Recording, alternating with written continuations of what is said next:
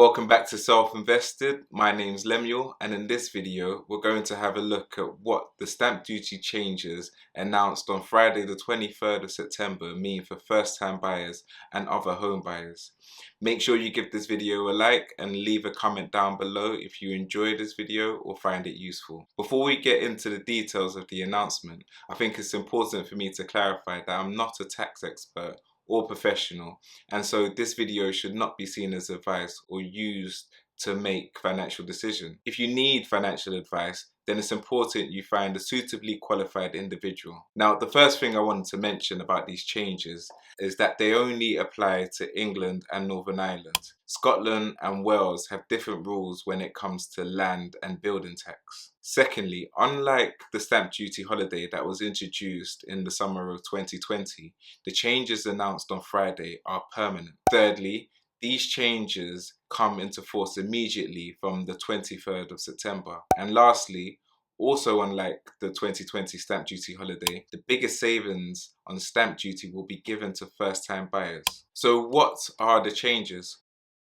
Well, for first-time buyers, the property price at which they start paying stamp duty has risen from £300,000 to £425,000.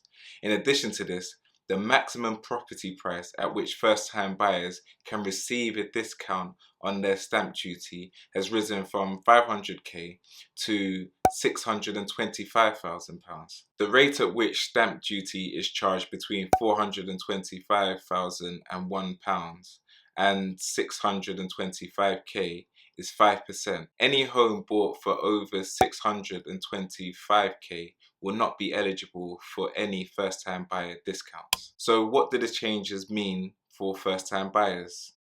Well, for any first-time buyers buying a home for £300,000 or less, which will be the majority of first-time buyers at the moment, then there's no change in stamp duty costs. However, first-time buyers buying a home for £500,000 would have had to pay £10,000 in stamp duty before the changes, because although the first £300,000 of the home's value wouldn't have had any stamp duty charged against it, the next £200,000 would have had stamp duty tax charged at 5%, which would have meant a total stamp duty cost of £10,000. Under the changes, however, there would be no stamp duty to pay on the first £425,000, and the amount that would be taxed would only be £75,000 at 5%, which would mean the total amount of stamp duty would only be £3,750, which is £6,250 less than before the changes. But this isn't the maximum saving that first-time buyers can get. This is because the threshold at which first-time buyers can get stamp duty relief has been increased.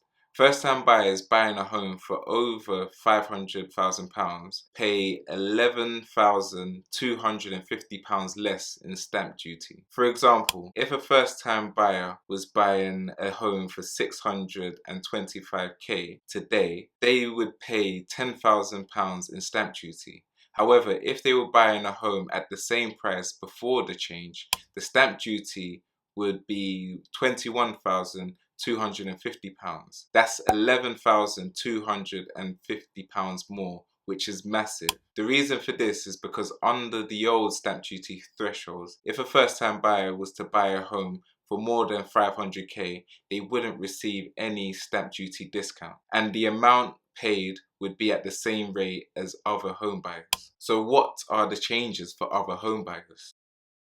The change for non-first-time buyers is more straightforward. The property value at which home buyers start paying stamp duty has increased from £125,000 to over £250,000. This will save anyone buying a home for over £250,000 a maximum of £2,500. So what do I think about these changes? Well, firstly, I think the changes are more sensible than the stamp duty holiday that was introduced in 2020, because I think that caused chaos in the market, disadvantaged first-time buyers, and quickly inflated house prices. I don't think these changes will have a major impact on property prices over the long term, because the changes are permanent and the maximum saving for non-first-time buyers is only £2,500, far less than the stamp duty holiday, which offered savings of up to £15,000 for a limited period, which created a sense of urgency and extremely high demand in the market, which quickly pushed up prices. I think these changes will make no difference to most first-time buyers because the average cost of first-time buyer homes is less than £300,000 in most regions across England. The biggest winners out of this announcement will be first-time buyers buying homes between